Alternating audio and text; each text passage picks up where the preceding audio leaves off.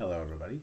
Similarly to my Animal Crossing concept video, if you watch that, I just like to get straight to the point into this. I don't want to keep too many people waiting, but also like I said in the last video, I'm going to keep my concepts pretty realistic. I'm going to obviously allow them to be changeable because I'm not one of those people who keep it like a steadfast, it has to be this way, you know, sort of thing. I'm lenient, you know. They're just ideas, you know, just concept ideas. And just like the last video as well, let me know what concepts you guys would like to see in this, because I myself love Tomodachi Life, so I'd love to know what you guys like about it, or what you like to like about it, if that makes sense. But anyway, let's get into it. So, first and foremost, the island is probably, in my head, it looks different because, you know, the Switch is one screen, whereas the 3DS is two screens. And so with the 3DS, they have more space to be able to display things. You know, your menus will look different, your island's going to look different. But the Switch, you only have one screen, so you're going to have to compact things, and it's gonna be a little bit clunkier than the 3DS, but that's what I'm hoping to try and fix. So in the background, I'm going to be showing off some of my concept stuff, and you can look at that while I'm explaining my ideas. So anyway, there won't be that second little island on the right of the main one like in the 3DS. It's just going to be all one big island, and the beach shore is going to visibly be slightly larger just because I think it should. It'd be a cool design choice, but that's, you know, just me. There will be a pier with a boat instead of a plane because I think the boat makes more sense. It's on water. The buildings will appear mainly in the same area, but there are going to be a few changes because of the whole island change. The cafe will be located where the compatibility tester is, and the compatibility tester will move to the left of the concert hall. As well, the photo booth is going to be much smaller because I don't see why it needs to be an entire, you know, like normal sized building. It can just be like a, you know, a mall booth, you know. Make it much smaller and set it next to the town hall, because I think next to those places it just has, you know, enough space. It works. And then the news tower should be placed straight behind the apartment on the top of that hill. I think it would actually look pretty cool that way. You know, it's just this big, huge monument in the middle of the island, essentially, you know, save for the apartment buildings. And then the hat shop, I personally feel, should be actually just cut and merged with the clothing shop. Now obviously that's just my opinion. Nintendo chose to make an entire building for a hat shop, but I mean, a hat is clothes. I mean, come on, you know, it might as well just be a whole tab in the clothes shop. I think it just makes sense. It'd be easier. You have more space on the island, you know. And then the specialty store will actually have to be removed due to the lack of Street Pass on the Switch. You know, that was a 3DS exclusive, so they're gonna have to get rid of that specialty store, which leads me on to my next section, which is new additions. So this is going to make up, you know, the bulk of the video. So first and foremost, the specialty store will be replaced with a theater, which I think is a pretty cool idea. You know, you might first hear that and be like, that wouldn't work. What are you, stupid? Maybe. But no, it's going to work kind of like the concert hall. This theater will play movies at 9 a.m. and 8 p.m., subsequently showing different movies at each time. Each day, two themes will be randomly picked to be viewed, and these themes will consist of, you know, action, adventure, suspense, romance, comedy, drama, and sci-fi, just your generic, you know, movie genres. So each of these themes will all come with two separate and different story plots that you can view, just to add differentiation, because I don't want it to get boring. You know, you watch one story of one genre over and over again, it'd get boring, you know. So at least adding two would give it some variation.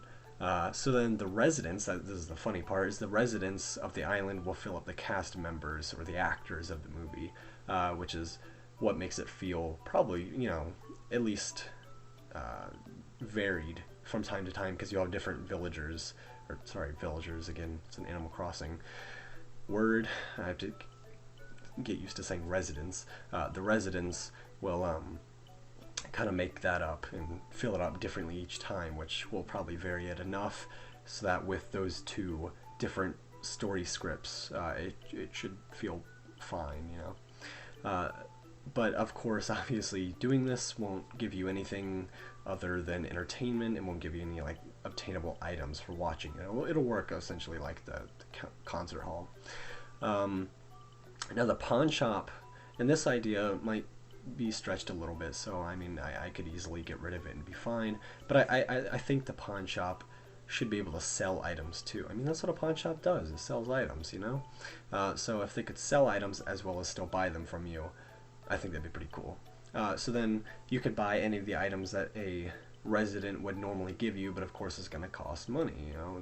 You can't just get it for free unless you're getting it from a resident, which is how you should do it normally anyway. But there's the option there in case you want to do it. Now the concert hall will also have a change. And this idea again is kind of stretching it, but I think I think if you actually let it happen, I think it would be kind of cool. So imagine if the concert halls would actually allow for true concerts. I mean, it is a concert hall after all. So you could essentially make the band like you already can. You can make the groups, but then you can make music for them to actually play with instruments. And now you're probably thinking, how the heck would you make music? That would take forever. Well, I'm thinking of something kind of like, if you've ever played Animal Crossing, of course you're like, wow, you're talking about that game again, of course, yeah. If you've ever made your town tune in that game, that's what I'm kind of thinking. Longer than that, but not too much longer than that. Because, I mean, obviously we're not worrying about making like this huge 3-minute song, you know. We're just just a short little song that your villagers can play. I think that'd be kind of fun. And then you can even choose the instruments that each of your residents use to play in the band. You know. Now, of course, they're not going to have their own like melody to play. It just play one whole melody. But I think it'd be cool though. And then there's also what I would think to be a random option, which allows you to just have a completely randomly generated, like, not song, but like tune of some kind, which could go terrible or it could go fairly good. You never know. But ultimately the editable songs will still be there. The same thing for the bands and all that. It wouldn't be changed, except for a few new genres of music. Jazz, I think, would be pretty cool. I like lo-fi, so I'm kind of into the whole jazz thing. Country, and I'm not a country fan, but I'm surprised that they never actually had country, with all like the big generic music genres, country not being there was kind of surprising, especially since they could easily joke on that, all the people wearing cowboy hats or something. And then finally alt rock, and the only reason why I think this one is essentially, they have that heavy metal stuff, but I think it'd be cooler to just have sort of a more conventional rock, something kind of more mainstream. Not that heavy metal is bad or anything. If you like it, that's cool. I'm not judging. It's just I think alt rock would be kind of cool. Now onto mini games. I think there would be new mini games. Obviously, that's not I wouldn't say a core concept of the game, but it's definitely a fun one at that. Juggling, I think, would be a cool idea. So let me kind of elaborate on that. So essentially, what I'm idolizing, I don't know what I'm trying to say here. You have the resident who initiated the game try and distract the player as they juggle strange and absurd objects. So essentially, like, you go up to your friend, your little resident buddy, and he wants to play a game, and you say okay, and he's like, all right, let's do juggling. So you have to juggle, I don't know, something like a toaster and a bicycle, and I'm guessing it'd be like a rhythm game where you have to like press A every time it's going around, and you have to keep the steady beat while your little resident buddy is trying to mess you up somehow. And I haven't really planned that far ahead, but doing something funny. And then card stack, I think, would be a cool idea. So essentially what you're doing is you're attempting to build a tower of cards while the resident tries to blow it down. So it's your job to try and react and block the breath with your hand. No, I mean, not in real life, but in game, depending on which side it comes from, being left or right. But if you move too quickly, you might knock your tower down. So it's sort of like the do I try and block it, or do I just try and continue building my tower before it gets knocked down? You know, is kind of the win-risk situation there, which I think would be kind of fun. It's a lot more hands-on than some of the other mini games that they have now. And then brush up is kind of another idea that I have, where essentially you have to paint a picture of the resident who initiated the game as quickly as possible, before, I guess, time runs out. I don't know if you'd have like 30 seconds or a minute or something. And then score would be based on color, shape, and size corresponding to the the person that you're trying to draw or paint or whatever. Now, of course, I'm not sure exactly how that worked, because it is sort of the games are more of a yes/no sort of ending instead of like a point based. It's more like, did you win or did you not win, and that's it. It's just decided like that. So I don't know how it really decide a yes or no. Maybe you have to have a certain amount of points over like a certain cap, So yeah, I'm not really sure how score would be based on that. And then lastly, the last new mini game, I would think to be foosball. I don't know, I just kind of chose a game in real life. But it'll be based, again, on the normal one in real life. But it'll be a 1-point match, because I feel like it would be... I don't want it to go on forever. It could be a 3-point match, too. I don't, not up to me.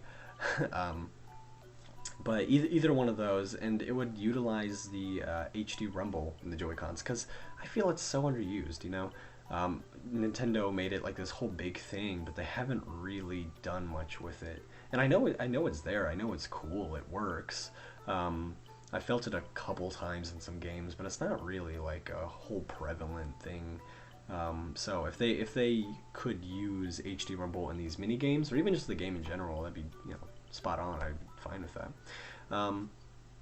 So now, my next idea is that you'd be able to view people's islands indirectly, however, not just whenever you want. Well, I guess whenever you want, but I'll elaborate. So essentially, there's going to be two different options supporting for viewing other islands. There's going to be friends and random. So simply put, you can either view islands that belong to your friends, or have an island randomly selected from someone within your country, the one set to your console. So like, even if you have like eShop accounts set to freaking Japan or something, it's just going to go to the country that's set to your console. Now the indirect tag I was talking about refers to the fact that all the stores on the island will be closed, and only the apartment will be open to guests. That's mainly just because I don't want the player to exploit and just buy a whole bunch of items from a whole bunch of different places, because it's gonna take away from the game. It's just like Animal Crossing in some ways, where if you like exploit and get a whole bunch of money, you're gonna lose the factor of playing it constantly. So I just don't want people to abuse it and then lose it, sort of thing.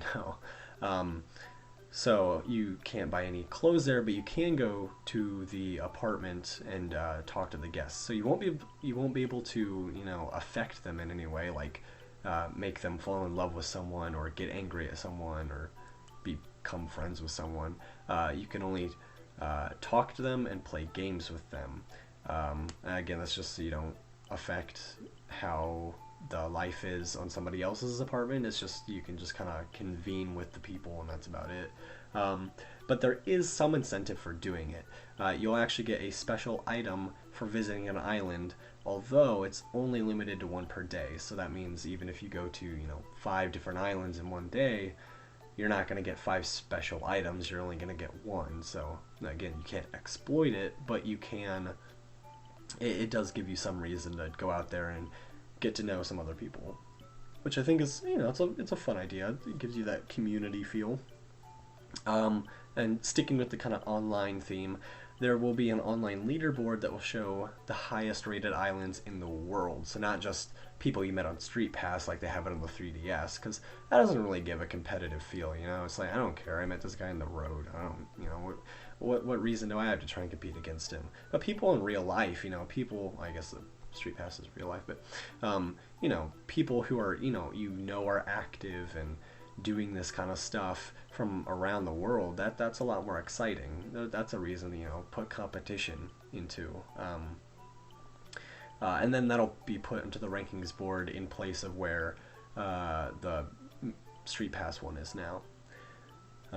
There will be over 40 new clothing items for both men and women, so 80 in total, following suit with over 70 overall new food dishes and drinks. So that's combined, not like 70 for food and drinks, 70 just overall for all of the food and drinks together. And then a couple new items obtainable from residents. So these will include the telescope, sketch pad, stress ball, bicycle, puzzle, hot and cold pack, and bandage. And I'll explain what all these items do. So the telescope, obviously, you can give it to a villager who's maybe sad or just bored, and they can gaze at the stars, and you can gaze with them, and I think that'd be kind of cool. It's a fun little thing to do. The sketch pad will be something you can give to residents, and that'll be like sort of a stress relief sort of thing where they can just draw something. And I personally, I think it'd be really funny if they'd like hand it to you and show you it, and it's like some really crappy drawing of a iconic Nintendo character, like a really poor drawing of Mario. I think that'd be really funny. Then the stress ball, obviously, for if they're really angry and you need to calm them down. Let's say they got in a fight with somebody, and because every time I see it, like, oh, somebody's angry, oh yeah, I know what to give them, a bath set. It's wow, woohoo, bath set. It gets kind of boring and repetitive after a while, so I'd like some new items that you can give them. So a stress ball, which obviously makes sense, a bicycle, which I think would just kind of it'd be cool to watch your resident just go around like the park area on a bike or something. That'd be pretty cool. The puzzle, which is more like the jigsaw puzzle, not like the slide puzzle that they have now. And then that puzzle you can put together yourself, or you can watch the resident do it in real time or whatever.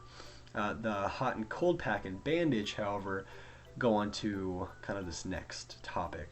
So islanders can now suffer from different ailments, and I think the game doesn't suffer from this, but the game doesn't really have a whole lot in the means of villagers getting sick or hurt in some sort of way, which I guess is fine. But it adds more variation if they could do stuff like this. If they could get headaches, which is where that hot and cold pack would come in. You could give that to them when they have headaches. Stuffy nose, which here is where I had a whole revolution. This is where the tissues would come in. I hate getting tissues every time I lose a mini game against somebody, and they're like, here, have a box of tissues. What am I going to do with a box of tissues? I could sell it for like the tiniest amount of money ever, I don't care. So this finally gives you some reason to use tissues, is when they have colds or stuffy noses.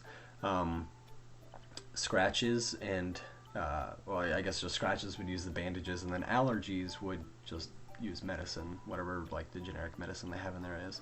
And then finally, this is actually our final section that I have, my final idea. Weather will be added to the island and will be random.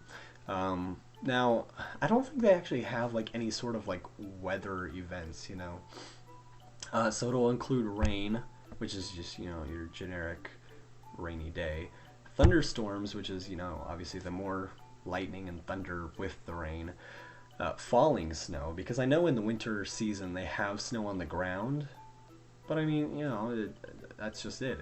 This is there. Well, how did it get there? Obviously it has to fall, so I'd like to be able to see that happen, give the island a little bit more life.